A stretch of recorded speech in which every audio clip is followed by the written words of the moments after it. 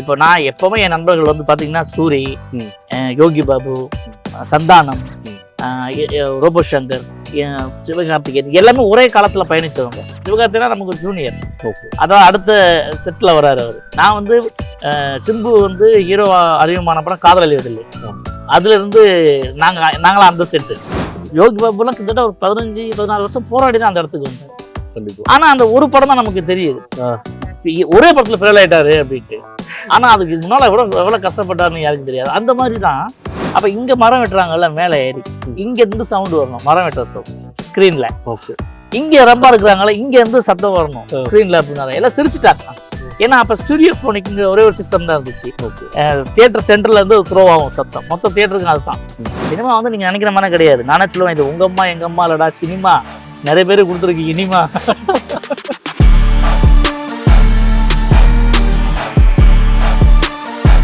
இப்போ சினிமா ஃபீல்டில் சார் எல்லாரும் சொல்லக்கூடிய ஒரு விஷயம் என்னன்னா, நான் வந்து ஒரு விஷயத்தில் நான் வந்து ஒரு படத்தில் வந்து கமிட் ஆகிறதுக்கு எனக்கு வாய்ப்பு கிடைக்கும், திடீர்னு பார்த்தா தட்டி போயிருது, அது எப்படி தட்டி போகுதுன்னு தெரியல, யார் மூலமாக தட்டி போயிருது அப்படின்ட்டு இருக்காங்க. இப்போ உங்களுக்கு கிடைக்க வேண்டிய ஒரு வாய்ப்பு மிஸ் ஆகி வேற யாருக்காச்சும் போயிருக்கா சார் உங்களை புக் பண்ணி? இல்லை எனக்கு அதாவது எனக்கு ஒரு நாளைக்கு பார்த்தீங்கன்னா, அப்போது காதல் படம் வந்த பீக் அந்த ஸ்டேஜில் வந்து நிறைய படம், ஒரு நாளைக்கு 10 பேராவது ஃபோன் பண்ணுவாங்க, நிறைய படம் வரும். நாம எல்லா படத்துலையுமே நடிக்க முடியாது. ஓகே, ஆமாம், நம்ம என்ன அரிசி மூட்டை வியாபாரம் பண்ணுறோமா, அவருக்கு 2 மூடை அனுப்பிச்சிருங்க, இவர் 2 மூடை அனுப்பிச்சிருங்க, எல்லா இடத்துக்கும் நாம தான் போய் நிற்கணும், நாம தான் போய் ப்ரெசன்ட் ஆகணும். நாம் நின்னா தான் அவன் வந்து ரைட்டு ஓகே வந்துட்டாரா அப்படிம்பாங்க. ஸோ அந்த மாதிரி தான். இப்போ கை தனியாக கால் தனியாக பிரிச்சு நடிக்க முடியாது, நாம் ஒரு உருவம் தான். அப்போ இப்போ எந்த படத்தை தேர்ந்தெடுத்து நடிக்கிறது, எந்த மாதிரி கதையில வந்து நம்ம நடிச்சா நல்லா இருக்கும், யார் ஹீரோ பண்ணால் நம்ம கூட நடிச்சா நல்லா இருக்கும், இப்படிலாம் செலக்ட் பண்ணுறதுலாம் நேரமே இருக்காது. ஒரு பரபரப்பான சூழல் ஏற்படும். வாய்ப்புகள் தட்டி பறிக்கப்படுறதெல்லாம் இங்கே கிடையாது. உங்களுக்கு உண்டான வாய்ப்பு கண்டிப்பாக கிடைக்குங்கிறது உறுதி. இந்த நிமிஷம் வரைக்கும் உங்களுக்கு என்ன கொடுக்கப்பட்டிருக்கோ அதான் உங்களுக்கு வழங்கப்படுது. அது மீறி ஒன்று நான் போராடி தான் பெற்றுக்கிட்டேன், நான் தட்டிலாம் நீங்கள் நல்லா யோசிச்சு பாருங்களேன். ஒரு ஓட்ட பந்தயம் இருந்ததுன்னா யாரோ ஒருத்தர் தான் முதல் பரிசு வாங்க போகிறாங்க. ஆனால் எல்லாரும் ஓடணும், ஆனால் எல்லாரும் ஓடணும். ஏன்னா உங்களுக்கு அதுதான் கொடுக்கப்பட்டிருக்கு. அது மாதிரி இங்கே எல்லாருக்கும் வாய்ப்பு இருக்குது. ஆனால் உங்களுக்கு என்ன கிடைக்கணுங்கிறது அப்படிங்கிறத தீர்மானிக்கிறது காலமும் சூழலும் தான். மற்றபடி அதை யாரும் தட்டிலாம் பறிக்க முடியாது. இப்போ எப்படின்னா, ஒரு காத்துள்ள ஒரு பந்தை நீங்கள் தண்ணிக்குள்ளே அமுக்கி வச்சுருக்கீங்க ரொம்ப நேரம், எவ்வளோ நேரம் நீங்கள் அமுக்கி வைப்பீங்க? எவ்வளோ தூரம் நம்ம கையை வச்சுருக்கோமோ அந்த அளவுக்கு தான்.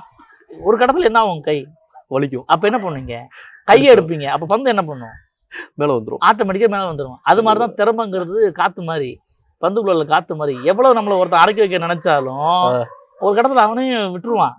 இந்த பூ பந்தை, ஆமாம், டப்புக்குன்னு அது மேலே வந்து இவ்வளோ நாளாக இருந்தார் அவர் அப்படின்னா கேட்டு அப்போதான் ஏதோ, அதாவது என்ன கேட்பாங்க நிறைய பேர், சார் இவ்வளோ டேலண்ட் இருக்கா சார், இவ்வளோ இருக்கா சார், நீங்கள் எப்படி சார் அப்படின்னு. அப்போ முதல் முறை பார்க்கும்போதெல்லாம் வியந்து போய் என்கிட்ட பேசுறதை பார்த்துருக்கேன். இப்போ நான் சொல்லுவேன், உலகிலேயே ரொம்ப பெரிய சிகரம் இது எவரெஸ்ட்டு. ஆமாம், நீங்கள் அதை எப்போ கண்டுபிடிச்சாங்க? ஒரு 2-3 நூற்றாண்டுக்கு முன்னால தான் கண்டுபிடிச்சாங்க. உயரமான சிகரம் அதுதான் நம்ம கண்டுபிடிச்சாங்க. இவன் கண்டுபிடிக்கிறதுக்கு அப்புறம் தான் அது பெரிய சிகரம் கிடையாது, உலகம் தோண காலத்துல வந்து அது பெரிய சிகரம் தான். அது இவன் அதை இப்போதான் கண்டுபிடிச்சான். அது மாதிரி திறமைசாலிகள் எவ்வளோ பேர் இருப்பாங்க. எந்த இடத்துல அவன் வெளியாகணும்னு நினைக்கிறானோ அந்த இடத்துல வெளியே வருவான், அது யாராக இருந்தாலும் சரி. இப்போ நான் எப்பவுமே என் நண்பர்கள் வந்து பார்த்தீங்கன்னா சூரி, யோகி பாபு, சந்தானம், ரோபோ சங்கர், சிவகார்த்திகேயன் எல்லாமே ஒரே காலத்தில் பயணிச்சவங்க. சிவகார்த்திகேயன் நமக்கு ஜூனியர், அதான் அடுத்த செட்டில் வர்றாரு அவர். நான் வந்து சிம்பு வந்து ஹீரோ அறிமுகமான படம் காதல் அழிவதில்லை, அதுல இருந்து நாங்களாம் அந்த செட்டு. ஸோ அந்த காலகட்டத்தில் இருந்த நிறைய பேர் இங்கே ஒரு 10-15 பேர் இப்போ நல்ல பேர் சொல்கிற இடத்துல இருக்கும். எல்லாமே இன்னும் நல்ல நட்போட தான் இருக்கும். எல்லாருக்குமே அவங்க எல்லாரோடைய வளர்ச்சி பார்த்து நாங்கள் பிரமிச்சு போய் நிற்கிறோம். ஏன்னா இதெல்லாம் அப்பவே தெரியும். ஆனால் அவங்களுக்கு எப்போ யோகி பாபுலாம் கிட்டத்தட்ட ஒரு 15-14 வருஷம் போராடி தான் அந்த இடத்துக்கு வந்தார். ஆனால் அந்த ஒரு படம் தான் நமக்கு தெரியுது, ஒரே படத்தில் ஃபெயில் ஆயிட்டாரு அப்படின்ட்டு. ஆனால் அதுக்கு முன்னால் எவ்வளோ கஷ்டப்பட்டாருன்னு யாருக்கும் தெரியாது. அந்த மாதிரி தான் வாய்ப்புகள்லாம் யாராலையும் பறிப்பதெல்லாம் கிடையாது. அது வேணா ஒரு விஷயம் சொல்லுவாங்க, தன்னுடைய வளர்ச்சிக்கு ஏதாவது காரணம் சொல்றவன் அங்கே தான் இருப்பான், வளரவே மாட்டான்.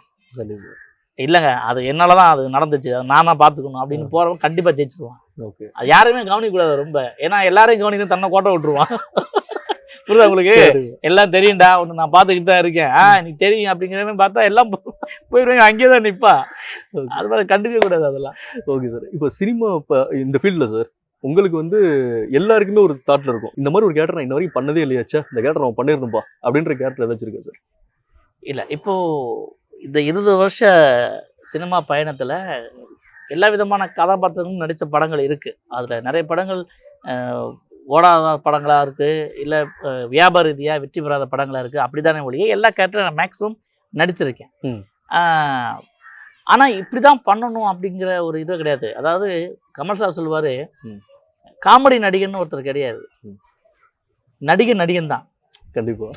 ஆனால் எவ்வளோ படம் காமெடி படம் பண்ணியிருக்காரு, அதுக்காக ஒரு காமெடி ஆர்டிஸ்ட் தான் சொல்லுவோம் நம்ம. அது மாதிரி அப்போ எனக்கு வந்து நாகேஷ் சார் மாதிரி ஒரு வெர்சட்டல் ஆக்டர், அதாவது வில்லனாகவும் நான் பண்ணணும், நான் ஒரு காமெடினாகவும் பண்ணணும், அது ஒரு சைக்கோ கேரக்டரும் பண்ணணும், அதே மாதிரி ஒரு ஹீரோ கேரக்டர் கூட பண்ணணும். நீங்கள் என்ன கொடுத்தாலும் அந்த இடத்த நீங்கள் சிறப்பாக செஞ்சீங்கன்னா தான் நீங்கள் நடிகர். ஆமாம். என்னன்னா நடிகர்னா ஏன் சொன்னேன்னா, தொடர்ந்து ஒருத்தர் திரும்ப திரும்ப எதை செய்கிறாரோ அந்த அடையாளத்தை நம்ம கொடுத்துட்றோம். இவர் வில்லன் ஆக்டருங்க, ஏன்னா நிறைய படத்தில் வில்லனாக தான் வருவார். இவர் நீங்கள் பார்த்தீங்கன்னா இன்ஸ்பெக்டர்னு ஒரு கேரக்டர் நடிச்சு ஹிட் ஆகிடுச்சுன்னா எல்லா படத்துலையும் அவருக்கு யூனிஃபார்ம் வச்சுருவாங்க. நீங்கள் தான் அந்த கேரக்டர் இன்ஸ்பெக்டர் கேரக்டர் சார் அப்படின்னு. போன படத்துல இன்ஸ்பெக்டர் ப்ரொமோஷனே இல்லையா அப்படின்ற மாதிரி. ஸோ அது வந்து நாம் தீர்மானிக்கிறதே இல்லை. நான் வந்து இப்போ நீங்கள் பேசிகிட்டு இருக்கீங்க, ஸோ இவ்வளோ இருக்கே அப்படின்ட்டு. நீங்கள் ஃப்யூச்சரில் வந்து ஒரு படம் பண்ணலான்னு நினைக்கும் போது, ஓ அவரை போட்டு படம் பண்ணலான்னு இப்போ நமக்கே தெரியாது. யாரோ எங்கேயோ ஒருத்தர் வந்து அவரோட ரூமில் உட்காந்து ஸ்கிரிப்ட் எழுதிட்டு இருப்பார். எழுதிட்டு இருக்கும்போது உங்கள் பேர் என்ன? சாய்னு ஒரு கேரக்டர் போட்டு எழுதுவார். உங்களுக்கு தெரிஞ்ச நண்பராக கூட இருப்பார் அவர். ஆனால் அவர் எங்கேயோ போய் போராடி கதையை சொல்லி அந்த ஸ்கிரிப்ட் ஓகே வரும்போது, சாய் ஒரு கேரக்டருக்கு வா அப்படின்னு கூப்பிடுவார். ஏன்னா ஸ்கிரிப்ட் எப்போ எழுதினார், உங்களுக்கு கேட்டு கூட எழுதிருக்க மாட்டார், உங்கள் பேரை போட்டிருக்க மாட்டார். அது நேரம் வரும்போது கரெக்டாக வந்துடும். அதுதான் நடக்கும். Super sir. சார் இப்போ எல்லாருக்குமே ஒரு மிகப்பெரிய ஒரு பிரச்சனையாக இருந்தக்கூடிய ஒரு காலகட்டம்னு பார்த்தீங்கன்னா இந்த லாக்டவுன் அந்த டைமில். ஸோ அந்த டைமில் உங்களுக்கு ஏற்பட்ட ஏதாச்சும் பிரச்சனை எனக்கு கேள்விப்பட்டிருக்கேன் நிறைய இடத்துல நீங்கள் பேசி. ஆமாம், 1-2 இருந்தால் பரவாயில்ல. அதாவது ஒரு நடிகன் ஓரளவுக்கு நல்ல வசதியாக இருக்கும்போது நிறைய பேருக்கு நாங்கள் உதவி செய்வோம். எங்களுக்கும் ஏற்ற இறக்கங்கள்லாம் வரும். ஏன்னா சினிமா தான் முதல்ல நிறைய பாதிக்கப்பட்டது கொரோனாவால். சினிமா துறை தான் என்னென்னா, அதை சார்ந்து இருக்கிற தொழிலாளர்கள் வந்து குறைவாக இருந்தாலும் தியேட்டர் திறக்கலைங்கிறப்போ நிறைய விஷயங்கள் முடங்கிருச்சு. ஷூட்டிங் போகிறதில்ல, ஏன்னா ஷூட்டிங்லேயும் நிறைய ஆள் வேணும், அங்கேயும் கூட்டம் கூடக்கூடாது, தியேட்டருக்கும் ஆள் வரும், நிறைய கூட்டம் கூடக்கூடாது. எங்கே போனாலும் க்ரௌடு, ஒரு 100 பேருக்கு இல்லாமல் ஒரு வேலை பார்க்க முடியாத ஏரியா அது. 5 பேர் 10 பேரோட இயங்கலாம் அப்படிங்கிற விஷயமெல்லாம் ஓப்பன் ஆகிடுச்சு. ஆனால் இந்த சினிமா மட்டும் அப்படி நிற்கும்போது ரெகுலராக ஒரு ரொட்டேஷனில் இருக்கிற வருமானம் வந்து அப்படியே பெருசாக பாதிக்கப்பட்டது.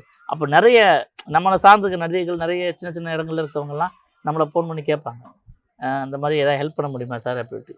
ரொம்ப அதாவது கையெறு நிலையும் சொல்லியா, அந்த மாதிரி இருக்கிற நிலைமையிலலாம் நம்மளால் முடியலன்னாலும் நிறைய பேருக்கு வந்து ஃபோன் பண்ணி இந்த மாதிரி நிறைய பேர் கஷ்டப்படுறாங்க, ஹெல்ப் பண்ணுங்க அப்படின்னு அந்த மாதிரியாலாம் செஞ்சுருக்கேன். கையில் இருக்கிறதெல்லாம் கொடுத்தது போக இப்படிலாம் நிறைய செஞ்சுருக்கோம். நானே அந்த கஷ்டத்துக்கு ஆளாயிருக்கேன். ரொம்ப அந்த நேரத்தில் நிறைய நண்பர்கள் உதவி பண்ணியிருக்காங்க. பசி இல்லாத சென்னைன்னு சொல்லி நண்பர் டாக்டர் TM ஏழுமலைன்னு சொல்லி போரூரில் இருக்காரு. அவரே எங்கள் சினிமாத்துறை நண்பர்களுக்கு நிறைய பேர் ஹெல்ப் பண்ணியிருக்காரு. அவர் வந்து அந்த மாதிரிலாம் நிறைய பண்ணியிருக்கோம். கஷ்டங்கிறது எல்லாத்துக்கும் பொதுவானது தான், அது வந்து பெரியவன் சின்னவன் கிடையாது. ஓகே, உங்களோட ஜேர்னியை பார்த்தோன்னு வச்சுங்களேன், காமெடினா உள்ள என்ட்ரு ஆகிறீங்க, குணச்சித்திர நடிகராக மாறுறீங்க, இப்போ அடுத்து ஹீரோவாக நடிகர்னு சொல்கிறீங்க. அடுத்து என்ன சார், அரசியலா? அரசியல் தான். அரசியல் நீங்கள் என்ன காதல் படத்தில் கேட்பாங்க, ஏன் நீங்கள் அமெரிக்கா மாப்பிள்ள ஹீரோ பண்ணதெல்லாம் பண்ண மாட்டேன். இல்லை சார், ஆரம்பத்தில் ஹீரோ பண்ண பண்ணிட்டு அப்படி படிப்படி அப்படி டெல்லி MP மாதிரி அந்த மாதிரி நமக்கு எதுவும் கிடையாது சார். சாகும் வரை சினிமான்னு முடிவு பண்ணி வாழ்கிற ஒரு வாழ்க்கை நான் வாழ்றது. அது பெரிய விஷயம் இல்லை சார். இப்போ வந்து பார்த்தீங்கன்னா அந்த ஒரு விஷயத்துல இப்போ உங்களோட பிரச்சனை இப்போ பாயிண்ட்ல நிறைய விஷயம் இருக்கும். ஏன்னா உங்களுக்கு அந்த ஆஃபர் வந்தால் மட்டும்தான் நீங்கள் அதை யூஸ் பண்ணிக்க முடியும். அப்போ அந்த ஆஃபர் இல்லாத டயத்தில் உங்களுக்கு உங்களோட லைஃப் எப்படி சார் ரன் பண்ண முடியுது உங்களால்? இல்லை, எனக்கு அது இல்லாமல் நிறைய ஸ்கிரிப்ட் எழுதுறது, காமெடி ட்ராக் எழுதுறது, இந்த மாதிரி டிஸ்கஷன் போய் கலந்துக்கிறது, அப்புறம் நிறைய ஸ்டேஜ் ஷோ பண்ணுவேன். நான் சொல்லியிருக்கேன், இது வரைக்கும் நான் ஒரு 8000 ஸ்டேஜ் ஷோ பண்ணியிருக்கேன். நான் வந்து 17 கண்ட்ரிஸ் போயிட்டு ப்ரோக்ராம்ஸ் பண்ணியிருக்கேன், ஸ்டார் நைட்ஸு.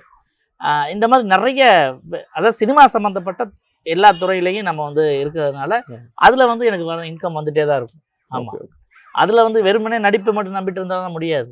ஆமாம், அது வாய்ப்பே இல்லை. ஆமாம், அது வந்து நம்ம அதிகபட்சம் கடங்காரனாக மாற்றணும், அவ்வளோதான். மற்றபடி நிறைய இந்த மாதிரி நிறைய சின்ன சின்ன வேலைகள்லாம் பார்த்து நம்மளுடைய வாழ்க்கையை ஓட்டிகிட்டு இருக்கோம். ஓகே சார், நீங்கள் வந்து இன்டர்வியூ ஸ்டார்ட் பண்ணதுலேருந்து இப்போ வரீங்க சார், கமல் சார் அப்படின்ற வார்த்தையை நீங்கள் பயன்படுத்திகிட்டே வரீங்க. ஏன் கமல் சார்கிட்ட அப்படி நீங்கள் பார்த்து வியந்த ஒரு விஷயம் அப்படின்னா? அவர் பார்த்து அவர் ஒரு என்சைக்ளோபீடியா, அதாவது சொல்கிறது ஒரு லைப்ரரி. அதாவது லைப்ரரிங்கிறது ஒரு ஊருக்கு ஒரு நூலகம் இருக்கும். இந்த அதாவது ஒட்டுமொத்த நூலகமெல்லாம் எடுத்து சூஸ் ஆக்கி ஒரு நூலகம் வச்சா எப்படி இருக்கும்? அதாவது நம்ம எல்லா மொழியையும் படித்து தெரிஞ்சிக்க முடியாது. நம்ம ஒரு படைப்பை நம்ம தெரிஞ்சுக்கணுன்னா ஒரு ஒரு இப்போ வந்து ரஷ்யா மொழியில் ஒரு புத்தகம் இருக்குது, நம்ம படித்து தெரிஞ்சுக்கணும்னா ரஷ்யா மொழியை கற்றுக்கணும். நம்ம தமிழ் மொழியை ஒழுங்காக பேச மாட்டோம். ரஷ்யா கமல் சார் 16 லாங்குவேஜ் பேசுவார், படிப்பார். அப்படின்னா அவர் எவ்வளோ தூரம் அதை மெனக்கெட்டு பாருங்க. அது வந்து பயங்கரமாக நான் கண்டு வியந்த ஒரு விஷயம். அவர் எந்த லாங்குவேஜில் பேசினாலும் பர்ஃபெக்டான ஒரு மாஸ்டரை கூட வச்சுக்கிட்டு அந்த உச்சரிப்பு எப்படி இருக்கணுமோ அப்படி. இப்போ விக்ரம் தசாவதாரம் படத்துக்கு பார்த்தீங்கன்னா 10 கேரக்டருக்கும் ஹிந்தியில் டப்பிங் பேசியிருக்காரு. இதெல்லாம் அவருடைய ஓன் வாய்ஸில் தான் பேசியிருக்காரு. ஆனால் பர்ஃபெக்டான ஒரு சரியான ஒரு கைட் வச்சு பண்ணிக்குவார். ஏன்னா எதுலையுமே ஒரு குறை தெரிஞ்சிடக்கூடாதுங்கிற ரொம்ப தெளிவாக இருப்பார். அது இல்லாமல் அவர் வந்து இப்போ மும்பை எக்ஸ்பிரஸ்லாம் பண்ணிட்டு இருக்கும்போது சொன்னார், அடுத்த எல்லாம் டிஜிட்டலுக்கு தயாராகிடுங்க, எல்லாம் ஃபிலிமே இல்லாமல் போக போகுது அப்படின்னாரு. ஃபிலிமே இல்லாமல் போகுது ஏன் சார்? அது ஜெமினி ஃபிலிம்ஸு, அந்த ஃபிலிம்ஸு, இந்த கோடாக்கு எப்படின்னு இவ்வளோ இருக்குது, எப்படி சார் இந்த ஃபியூஜி இதெல்லாம் இருக்கும்போது எப்படி சார் அப்படின்னு சொல்லி நான் சும்மா அப்படி சிரிச்சுட்டு கேட்குறேன். 1-2 வருஷம் நடக்கும் பாருங்க அப்படின்னாரு. கட் பண்ண 2 வருஷம் எல்லாம் டிஜிட்டலாக மாறிடுச்சு. அவர் எப்படின்னா முன்கூட்டியே அடுத்து வரப்போகிறத பற்றி யோசிச்சிருவார். சினிமா நடக்கக்கூடிய அப்டேட்ஸ் அது மட்டும் இல்லாமல் உலகளாவிய எல்லா விஷயங்களுமே அவர் அளவுக்கு நல்லா பேசுவார். இது வந்து ரொம்ப ஆச்சரியப்பட்டுச்சு. ஏன்னா நான் அதை கூட அந்த நடக்கும்பொழுது அப்படியே பாருங்க, அவரே மும்பை எக்ஸ்பிரஸ்ன்னு டிஜிட்டலில் படம் பண்ணுறாரு. இன்றைக்கி வந்து ஃபிலிம்னு ஒன்று இல்லாமலே போயிடுச்சு. அதே மாதிரி உன்னால் முடியும் தம்பிக்கு ஏதோ ஒரு படத்தில் வந்து அந்த புஞ்சை உண்டு நஞ்சை உண்டு பொங்கி வரும் அந்த படத்தில் வந்து ஒரு சீனில் வந்து ஓப்பனிங்கில் வந்து கோடாலி குத்துவாங்க, கத்தியில் வெட்டுவாங்க, ரம்பத்தில் இருப்பாங்க. இந்த சவுண்ட் என்ன பண்ணாரா டப்பிங் தியேட்டரில் வந்து அது ப்ரொஜெக்ஷன் பார்க்கும்போது, ப்ரொஜெக்ஷன் மீன்ஸ் டப்பிங் பேச போகும்போது ஒரு நிமிஷம் நிப்பாட்டுங்க அப்படின்னா அந்த பிக்சர் ஸ்டில்லாக நின்றுருக்கும். அப்போ இங்கே மரம் வெட்டுறாங்கல்ல மேலே ஏறி, இங்கேருந்து சவுண்டு வரணும், மரம் வெட்டுற சவுண்டு ஸ்க்ரீனில். ஓகே, இங்கே ரொம்ப இருக்கிறாங்களே இங்கேருந்து சத்தம் வரணும் ஸ்க்ரீனில் அப்படின்னாரு. எல்லாம் சிரிச்சுட்டாங்க. ஏன்னா அப்போ ஸ்டூடியோ ஃபோனிக்கு ஒரே ஒரு சிஸ்டம் தான் இருந்துச்சு. தியேட்டர் சென்டர்லேருந்து த்ரோ ஆகும் சத்தம், மொத்த தியேட்டருக்கு அதுதான். அதுக்கப்புறம் பார்த்தீங்கன்னா அவர் சொன்னது எப்போ 25-30 வருஷத்துக்கு முன்னாடி. ஆனால் இப்போ 5.1, 7.1, டால்பி, டிஜிட்டல், டிடிஎஸ்ன்னு எவ்வளோ டெக்னாலஜி வந்துருச்சு. இப்போ வந்து ஒரு கார் ட்ராவல் ஆகுதுன்னா ஸ்க்ரீனில் இருந்து வந்து நீங்கள் பின்னாடி உங்கள் வீட்டுக்கு தலைக்கு முன்னாடி போகிற வரைக்கும் சவுண்டு வருது. இது அப்போ யோசிச்சிருக்காரு அவர். ஆனால் அந்த டெக்னாலஜி அமெரிக்காவிலேயே அறிமுகமாகலை. சினிமா எங்கே உருவாகுதோ அங்கேயே அதை உருவாகலை. அதை வந்து முன்கூட்டியே அவர் வந்து ஒரு தீர்க்கதரிசின்னு சொல்லலாம் சினிமாவில். அது மாதிரி நிறைய இருக்குது அவரை பற்றி பேசுகிறதுக்கு. ஓகே சார், இப்போது கமல் சாரை பற்றி பேசியாச்சு, இன்னொருத்தரை பற்றியும் முக்கியமாக பேசியே ஆகணும். தலைவர் டிஆர் அவரோட நீங்கள் வந்து ஒரு சில படங்கள்லாம் சேர்ந்து பண்ணியிருக்கிறீங்க அப்படின்னு கேள்விப்பட்டேன். அது இயக்கத்தில் நான் நடிச்சிருக்கேன். காதல் அழிவதில்லை சிம்புவோட முதல் படம். ஓகே, அதில் ஹீரோ ஃப்ரெண்டு, நான் கருணாசு, காமெடி எல்லாம் பண்ணியிருக்கோம். அது வந்து வீராசாமி. ஆமாம், அதாவது அவர் சாருடைய படங்கள்னா மட்டும் நான் வந்து என்ன பண்ணுவேன்னா சம்பளமே பேச மாட்டேன். அவர் ஸ்பாட்ல இருந்தால் போகணும் எனக்கு. ஏன்னா அவ்வளோ ரசிச்சிருக்கேன் நாங்கள்.